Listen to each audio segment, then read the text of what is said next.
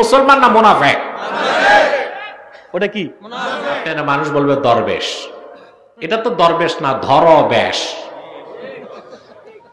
এটা কি? ধরবেশ। দেশে দরবেশ বেশি না ধরবেশ বেশি? আমি কালকে বলছিলাম কিনা জানি না, বাংলাদেশে 1,98,000 পীর আছে। কত? ভাবছেন আমি কৌতুক করছি? না, এটা সরকার জরিপ পাইছে। কিভাবে? আইডি কার্ড দেওয়ার সময় ফর্ম পূরণ করতে হয়েছে। ওই ফর্মের মধ্যে একটা ঘর ছিল, পেশা কি? 1,98,000 লোক লেখছে পেশা হচ্ছে পীরালি। তো সরকার পেয়ে গেছে পীর আছে কত?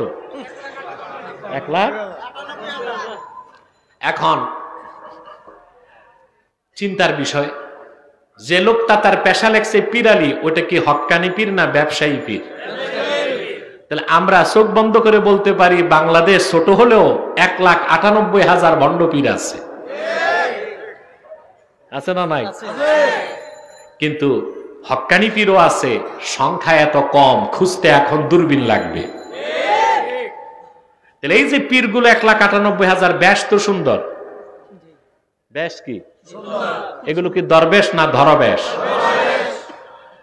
দাড়ি টুপি জুব্বা কুর্তা লাগায় 2-4টা আমল করলেই মুত্তাকি হওয়া যায় না। মুত্তাকিকে প্রথম শর্ত হচ্ছে যে ব্যক্তি ঈমান আনলো, মুখে স্বীকার করলো, অন্তরে বিশ্বাস করলো। বিশ্বাসটা কি রকম হবে? সিদকান জাযিমান খালিয়াম মিনাশ শুকুক, সন্দেহ মুক্ত ঈমান আনলো। সুবহানাল্লাহ বলবেন না? এরপরে যে লোকটা কোরআন হাদিসের হুকুমগুলো মানলো, নিষেধগুলো ছাড়লো, তার নাম মুত্তাকি। সুবহানাল্লাহ বিহামদিহি। তাহলে তাকওয়া কি? মুত্তাকি, তাকওয়ার অনেকগুলো ব্যাখ্যা তাফসীরের কিতাবে এসেছে। ইমাম জালালউদ্দিন সুয়ুতী রাহমাতুল্লাহ সুন্দর ব্যাখ্যা করেছেন। তাকওয়ার ব্যাখ্যা করতে যে ইমাম সুয়ুতী লেখেন, তাকওয়া হচ্ছে ইমতিসালুল আওয়ামির ওয়া ইজতিনাবুন নওয়াহি। ঈমান আনার পরে কোরআন হাদিসের হুকুমগুলো মানা, নিষেধগুলো ছাড়া, তার নাম তাকওয়া। এই তাকওয়া যার অন্তরে আছে তার নাম মুত্তাকি। আল্লাহ বলেছেন হুদাল লিল মুত্তাকিন। তাহলে ঈমান আনার পরে কোরআন হাদিসের সব হুকুম মানতে হবে, নিষেধ ছাড়তে হবে, তখন আপনি কি হবেন? এখন তাকওয়া ও মুত্তাকির ব্যাপারে আমি একটা সংজ্ঞা দিব। সংজ্ঞাটা পৃথিবীর কোন যেন তেন মুফাসসিরের না, ব্যাখ্যাটা করছেন আলী রাদিয়াল্লাহু তাআলা আনহু নিজে। আজকে মুত্তাকির ব্যাখ্যা তাফসীর শুনবো আমরা, আমাদেরটা না, হযরত আলী কি তাফসীর করেছেন সেটা বলেন ইনশাআল্লাহ। হযরত আলী রাদিয়াল্লাহু তাআলা আনহু তাকওয়ার ব্যাখ্যায় লিখেন, وقال علي كرم الله وجهه معرفا للتقوى هي الخوف عن الجليل والعمل بالتنزيل والقناعة بالقليل والاستعداد ليوم الرحيل।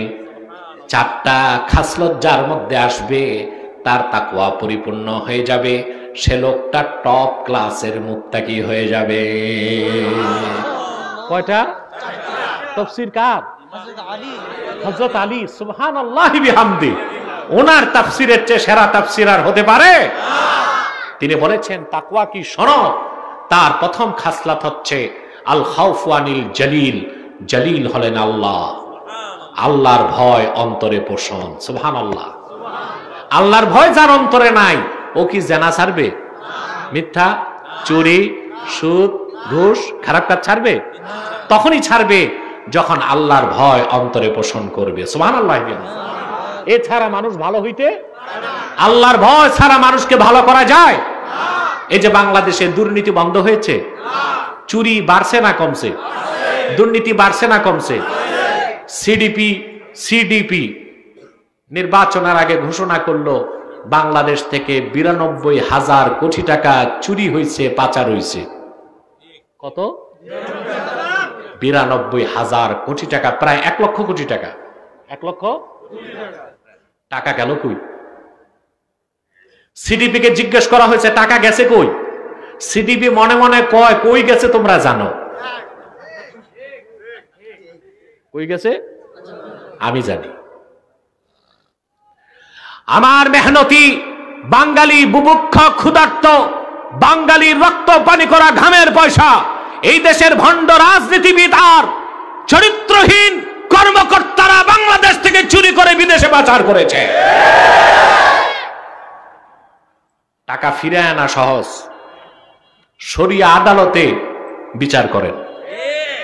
চোরের শাস্তি কি? জোরে বলেন। দেশের চরিত্রহীন ভণ্ড মুনাফেক রাজনীতিবিদ আর শীর্ষ পর্যায়ের ব্যবসায়ী 10 জনের হাত কেটে দেন আর ঘোষণা করেন টাকা বাকিটা ফেরত আনো, নতুবা এক হাতের পর দ্বিতীয় হাত কাটা হবে। আমার বাঙালির রক্ত পানি করা ঘামের পয়সা বিদেশ থেকে ফিরিয়ে আনা যাবে। কেন? যারা এই চুরিগুলি করছে ওরা কি অশিক্ষিত? সব বিশ্ববিদ্যালয় থেকে পড়াশোনা করছে, মাস্টার্স, অনার্স, হায়ার এডুকেটেড। বিলাসবহুল বাড়ি, কোটি টাকার গাড়ি, নারী নার্সারি, কানাডায় বেগম পাড়ার বাড়ি, সব আছে, কিন্তু চুরি।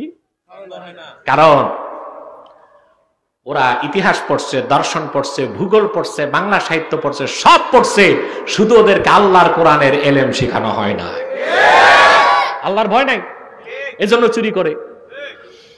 তাহলে তাকওয়া কয়টা জিনিস? প্রথম হচ্ছে আল খাউফু আনিল জালিল, আল্লাহর ভয় অন্তরে পোষণ। আল্লাহকে ভয় করলে খারাপ কাজ করা যায় না। আল্লাহ পাক কোরআন কারীমে বলেছেন فَأَمَّا مَنْ طَغَى وَآثَرَ الْحَيَاةَ الدُّنْيَا فَإِنَّ الْجَحِيمَ هِيَ الْمَأْوَى। আর যে ব্যক্তি সীমা লঙ্ঘন করলো, অর্থাৎ হারামকে হারাম হিসেবে ছাড়লো না, হালালকে হালাল হিসেবে গ্রহণ করলো না, আর দুনিয়ার জীবনকে প্রাধান্য দিল আখিরাতের উপর, আল্লাহ পাক বলেন জাহান্নাম হচ্ছে তার বাড়ি। وَأَمَّا مَنْ خَافَ مَقَامَ رَبِّهِ وَنَهَى النَّفْسَ عَنِ الْهَوَى فَإِنَّ الْجَنَّةَ هِيَ الْمَأْوَى।